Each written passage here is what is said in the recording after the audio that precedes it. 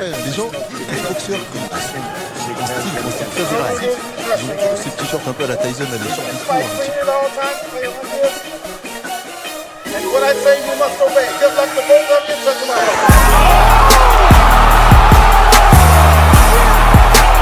Et là, Maïva, c'est son milieu. Ouais, magnifique crochet. Magnifique shot. Ah, c'est un vrai coup au corps. Et ouais, le crochet au foie, il a touché. Ah, c'est un vrai coup au corps. Pendant Bibois, encore Maïva un va rouge. au corps. Allez, très belle dur là, qui a arrêté. Oui, forcément, elle remet un genou au sol. Et elle regarde son point.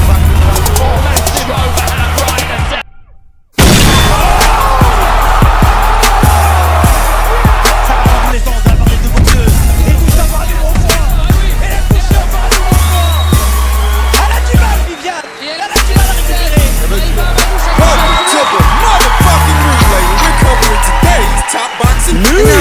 For the last leg of our weekend recap, we know that ESPN staged a card this weekend involving the hard-punching Joe Smith Jr.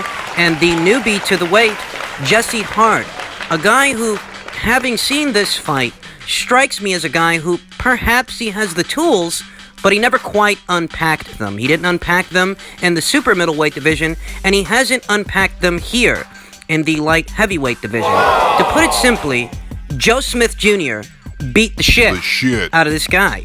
And it wasn't close. I mean, I don't care how the judges had it. This really wasn't close. It wasn't a close contest.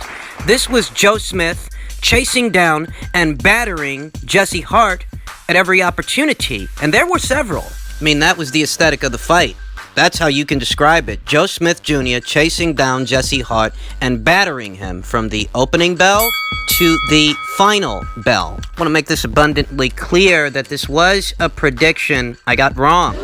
You know, I felt ahead of this fight that in spite of all Jesse Hart's bravado, in spite of all his talk, he's not actually going to go in there and try to punch with Joe Smith. He's not going to try to get into a gunfight with this guy because Joe's got the bigger guns and Jesse Hart is a newbie to the weight. You weren't that concussive a puncher at 168, so there's not much chance you're going to be all that concussive of a puncher at 175. I didn't believe that Jesse was going to go in there looking for a barroom brawl with Joe. I figured that what's going to happen is something might get through for Joe, and Jesse's going to get to feel his power firsthand, at which point he would then decide to keep it a boxing match, because that's the only kind of match that he can win against Joe. Even that didn't work. You're not going to win a gunfight with this guy, but a boxing match, you might have a shot. Almost immediately, you notice that Joe's chasing this guy around the ring, that Jesse Hart starts this fight off by doing the opposite of what he said he was going to do. You made it seem like you wanted to get into a fist fight with this guy, whereas what you're doing is retreating. Lateral movement, trying to fight a long distance kind of fight behind a flick jab. Yeah. A flick jab, which, you know what, it didn't do him any favors. You want to keep Joe on the outside. You want to keep him on the outside at arm's length. Then you got to get full extension, whereas what Jesse's doing is moving around the ring, firing off this flick jab that doesn't have very much on it because you're on the fly. You're not sitting on your punches. Jesse Hart primarily was fighting on the fly, which I think was half the right idea. Half. Emphasis on half. I say half because, well, yeah, if you want to offset Joe Smith's power, it's going to take some movement to do that. You know, you don't sit there and punch with the puncher. That's what he wants you to do. You do the opposite. So you fight on the fly. You fight on the go. And in that way, Jesse Hart had the right idea. Half of it. It's just the subtleties, the little things that costed him, that he's not getting full extension on his punch. He's firing this flick jab. It's a short jab. And because it's a short jab that he's not getting full extension on, that affords Joe Smith the opportunity to continually close the gap. That you're trying to retreat from this guy, you're already giving up real estate, but you're not actually nailing him coming through the front door because you're not getting full extension on the punch. You're throwing this flick jab that already doesn't have much on it. I have to say that a short jab, a flick jab, really is better suited for a guy who's trying to mix it up and key his way in, not keep the other guy out. If the intention is to fight a long distance kind of fight to keep the guy at arm's length, then you have to get full extension on the punch to walk him into it. That's because even if you are fighting on the fly, sacrificing your power for mobility, by getting full extension on the punch as you're moving, as you're retreating, you allow the other guy to walk into the shot. You nail him coming through the front door. And in that moment where that guy's stunned, you can follow up with a right hand, a straight right hand, that will allow you to assert yourself in all the ways that Jesse Hart could not assert himself against Joe Smith Jr. And I reiterate, it's because he wasn't getting full extension off his jab. He just kept flicking with it. So you're not catching Joe Smith coming through the front door. What happens? He's past the front door now. He's inside. He's all in your wheelhouse. Fucking you up. Roughing you up in the clinch. Firing nice uppercuts on the inside. I want to say that I loved the work from Joe Smith Jr. mid-range to inside. Real good stuff. Wasn't just looking to throw a big right hand. We saw some very nice uppercuts throughout the course of this fight that if you're going to let me get that close to you, I got a little present for you. A quality uppercut made its first appearance in the second round. The second round where not only did Joe Smith Jr. land a quality right hand, but mid-range to inside landed a quality uppercut as well. And we saw more uppercuts just like it due to Jesse Hart's inability to assert himself against Joe Smith Jr. I think Andre Ward said it best during the telecast that you can't spend the whole night running away from this guy. At some point, you're going to have to stand your ground. And because Jesse Hart just couldn't find it within himself to do this, you know, it went to Joe. Not only did Joe batter this guy, he scored a knockdown. I mean, I reiterate, this was not a close fight by any stretch of the imagination. How any professional judge that scores boxing matches could have had it any other way other than Joe Smith Jr. by a wide margin is beyond me. But we've little to complain about because, you know what? The right man got the decision. The right man won the fight. We know that there were some talks floating around on the part of Jesse Hart attributing his performance to having a hurt right hand. I have seen those conversations. And if that is the case, well, it's kind of hard to sympathize for Jesse in that situation when he himself was fighting a guy who hurt his hand. The Zurdo Ramirez rematch, you remember that? At one point in the fight, Zurdo was fighting with one arm. That's all he had. But he still won the fight. So for Jesse, you know, that's just really no excuse. I mean, there's no real way to put it other than Joe Smith Jr. is the better light heavyweight, the better fighter. The night of the fight, he wanted it more, and that's how he fought. That's what he did. He didn't say much in the build-up of the fight like Jesse Hart did. He's talking mad shit. I mean, you can have the gift of gab. You know, you can say whatever you want to say ahead of the fight, but it's what you do in the fight that matters the most. And Joe wasn't, you know, one to mince words and say a heck of a lot, you know, in the build-up of this thing, but he certainly fought like it, didn't he? I want to say that even though I got this prediction wrong, I'm actually glad that I did, because this keeps Joe Smith Jr.'s name in a lot of conversations that make for titillating matches, titillating fights. Think about it. Lots of opportunities out there for Joe Smith Jr. We know that, you know, the former WBO champion, Almeida Alvarez, he's going to be in action this weekend against Michael Seals. Yeah. And it could work out the way it's Joe Smith Jr. versus the winner of Alvarez versus Michael Seals. That's one fight that's on the table. Could happen. Another fight that could go down could be, you know, Joe Smith Jr. versus the winner of Zurdo Ramirez versus Salamov for the WBO title, the vacant WBO title that Canelo threw in the air and left behind. Joe Smith Jr. might get that fight. That makes for a fantastic fight. I mean, in all likelihood, if the fight comes off, Zurdo, you know, he'd be the favorite to win that fight. He would. And if he does, I definitely like the idea of Joe Smith Jr. versus Zurdo Ramirez. Those are two mid-range to inside punches. All the makings of a titillating match. And remember, Zurdo's a newbie to the weight the same way that Jesse Hart is a newbie to the weight, okay? Zurdo Ramirez, as far as what he's done as a light heavyweight, all he did was beat Tommy Karpency. It's not saying much. We haven't seen him since. No, we haven't. Put him in there with Joe Smith Jr. Ladies and gentlemen, you got a hell of a situation. I wouldn't mind seeing that fight. I'm still holding out hope that I get to see Joe Smith Jr. versus the UK's own puncher, Callum Johnson. I think that's a fantastic fight. What about a Joe Smith Jr. versus an Anthony Yard? Two strong guys, two strong punches. That's a good fight. That could happen, you know. Anthony Yard, Queensberry Promotions guy, Frank Warren guy, okay? Frank Warren, who's in bed with Top Rank. That's yet another titillating cross-Atlantic match between devastating punches, okay? I mean, there's lots of opportunities out there for Joe Smith Jr. And I think that the light heavyweight division benefits from having Joe Smith Jr. around, because whenever he's in the ring, you know it's going to be a real Donnybrook. You know it's going to be a real dust-up, real punch-up, real tear-up. That's what it's going to be, because this ain't no finesse fighting kind of guy. This guy's not here to play chess with you. Yeah, no, good fights. You often hear about the glamour weights in the sport of boxing, welterweight, middleweight, heavyweight, but I just so happen to think that the light heavyweight division is the most underrated division in the entire sport of boxing. You're talking about a division. You got Artur Beterbiev, monstrous puncher. Alexander Vosnik, very skilled boxer. He's got power of his own. Later, Alvarez. Did we forget what he did to Sergey Kovalev? I didn't. Got Anthony Yard. This kid's a strong puncher, just like those guys. He doesn't have the pedigree that they have, but better still, he's a dangerous guy. You got Joshua Buatsi, okay? Joshua Buatsi from the UK. You got Callum Johnson from the UK, strong puncher. Gutting, gritty kind of fighter, just like Joe Smith Jr. You got Joe Smith Jr. I mean, you got any variety of guys that you can mix and match the names, and every single time, no matter which two names you get, you're going to get a great fight.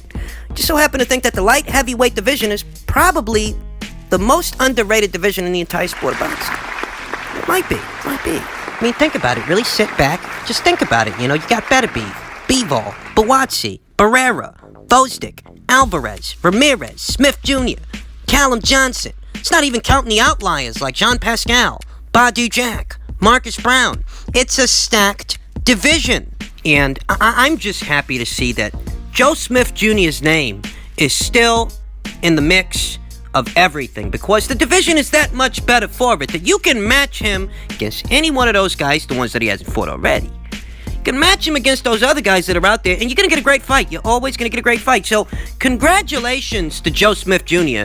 for being the guy who he's been. The guy who can upset the plans for most anybody that's out there, because he's that kind of fighter. Mm-hmm. He upset the plans for Fanfara. Remember that? Bernard Hopkins, he wanted to have his swan song against Joe Smith Jr. That didn't work out for Bernard. And I'm pretty sure that Jesse Hart, he didn't anticipate that things weren't going to work out for him either. Joe Smith stays in the running as a dark horse in the light heavyweight division.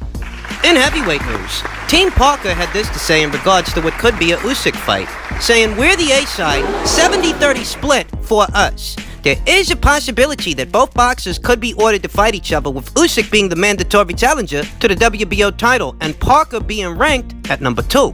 Usyk has not earned his stripes as a heavyweight," Higgins told Sky Sports. "Joseph Parker is the A-side, and Joseph Parker has sold out the Principality Stadium with Joshua. He sold out the O2 with White. He's the A-side, and so if Usyk wants to share the ring with Parker, I would be expecting 70-30 open book revenue share in Parker's favor. I'll get ridiculed for that, but listen, Parker has beaten Andy Ruiz. He sold out the Principality and the O2, and he's a big name in the UK. So Usyk is the B-side. Absolutely, Joe would fight him. As long as the Usyk team recognize and understand that they are the B-side, there's no problem. They're saying that styles make fights. I think Joseph Parker has a better chance against Usyk than, say, Anthony Joshua. I think Usyk would dissect Anthony Joshua, too big and too slow, whereas Parker is quick. We haven't seen the best of Joseph yet. It's a very good fight, and we really respect their team. But we're the A-side, and as long as they are willing to accept a small percentage of the revenue, then there might be a deal."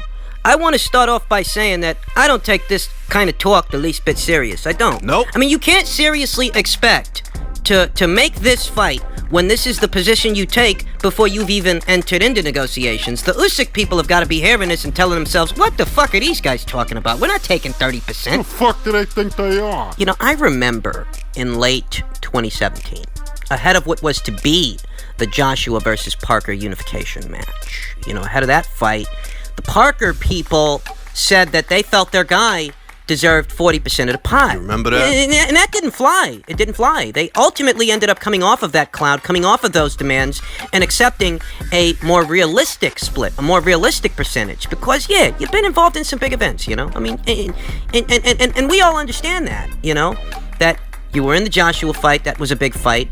Sold a lot of pay-per-views. And you were in the Dillian White fight. A modest success also. Tickets got sold. Pay-per-views got bought. This is all true. That Joseph does have a name. And he has been involved in some big situations over there in the UK. But one, those were fights that he lost. And two, I kind of think David Higgins is overstating his role in not only those fights, but this fight as well, because the Usyk versus Bellew fight was a big fight over there. Why don't you think about that? And Usyk, unlike Joseph, isn't on the rebound. Usyk is undefeated. Joseph is not. Usyk could very well fight Derek Chisora and sell just as, if not more tickets to the fight than he could with Joseph. You know, Joseph's coming off of 2 wins, right? You know, he had that fight with BJ Flores, knocked that guy out, on a card that flew largely under the radar. Facts are facts. He then fights seasoned veteran and Alex Lepai on the undercard, Mind you. of what was the Andrade versus Maciej Suliecki fight. And this is where your guy is, you understand. You're more concerned with where he was and using that as a historical precedent as opposed to talking about where he is, because this is where he is. His last fight was on the undercard to another guy's fight. That's where your guy is. Your guy needs to be involved in something big just as much as Usyk does. So I just so happen to think that a 50-50 split is in order. I mean, I think that's fair to both sides of it, to both parties. That Usyk needs a dance partner, but he needs a dance partner with a name. And Joseph has a name. Let's not kid ourselves. But Joseph's name, in and of itself, doesn't hold so much weight that he should get the lion's share of the pot. That makes no sense to me. The people over there in the UK are interested to see Usyk have a fight on their soil. They are. But they'll swap out Parker for Chisora in a fucking heartbeat. You think not? So what David Higgins needs to do is he needs to get real. I understand that he's doing his job, that he's just trying to get his guy the best kind of split he can. So I understand that, and it's for this reason I don't even take these kinds of talk seriously. He's just hardballing. I tell you what, that kind of talk, fuck around, talk himself out of that goddamn fight. Because the Usyk people have got to be hearing this and telling themselves, these guys don't want to fight us. How could they want to fight us, and this is the position they're taking before we've even entered into negotiations? You can't want to fight us expecting us to take a 30% split. No way. Fuck out of here. If they take that stance, what the Usyk people might do is decide to not waste any time on Joseph and simply prioritize another fight with another fighter. And it would be Joseph that misses out, because you know what? You're not going to get a Joshua rematch, not at this point in the juncture. That would be about the biggest event you could be involved in. If Usyk fights Chisora, well, that's 2 guys that are leaving you out in the cold. Dillian White rematch could do okay, but who says that Dillian White wants to give you a rematch? Dillian White might end up fighting Alexander Povetkin, because that's the news that's floating around. I mean, Parker, he might end up in the cold as a result of Higgins trying to hardball these guys. So they need to get realistic. I think that Usyk versus Parker is a great fight. I think that both guys can satisfy a need that they have at this point. That we need to see Usyk against someone more formidable than a Witherspoon. Okay? We do need to see that, but at the same time, Parker needs to be involved in something with someone that has a name like he's got a name. So a 50-50 split to me makes sense for both guys. Look, I think Parker's a good fighter, I do, but you gotta be realistic. In 2018, the most that he did was lose to Joshua, then lose to White. He bounces back with Flores before the end of the year, but he only fought once the whole of last year. Against Alex Lepai. You're just not in a position to take that kind of a stance. Usyk's name is buzzing right now. People want to see what's next for him. And you could be in that situation. But don't let Higgins fuck it up for you. Don't let him talk you out of what could be the most sizable fight you've had in recent memory. That is, if you even have it.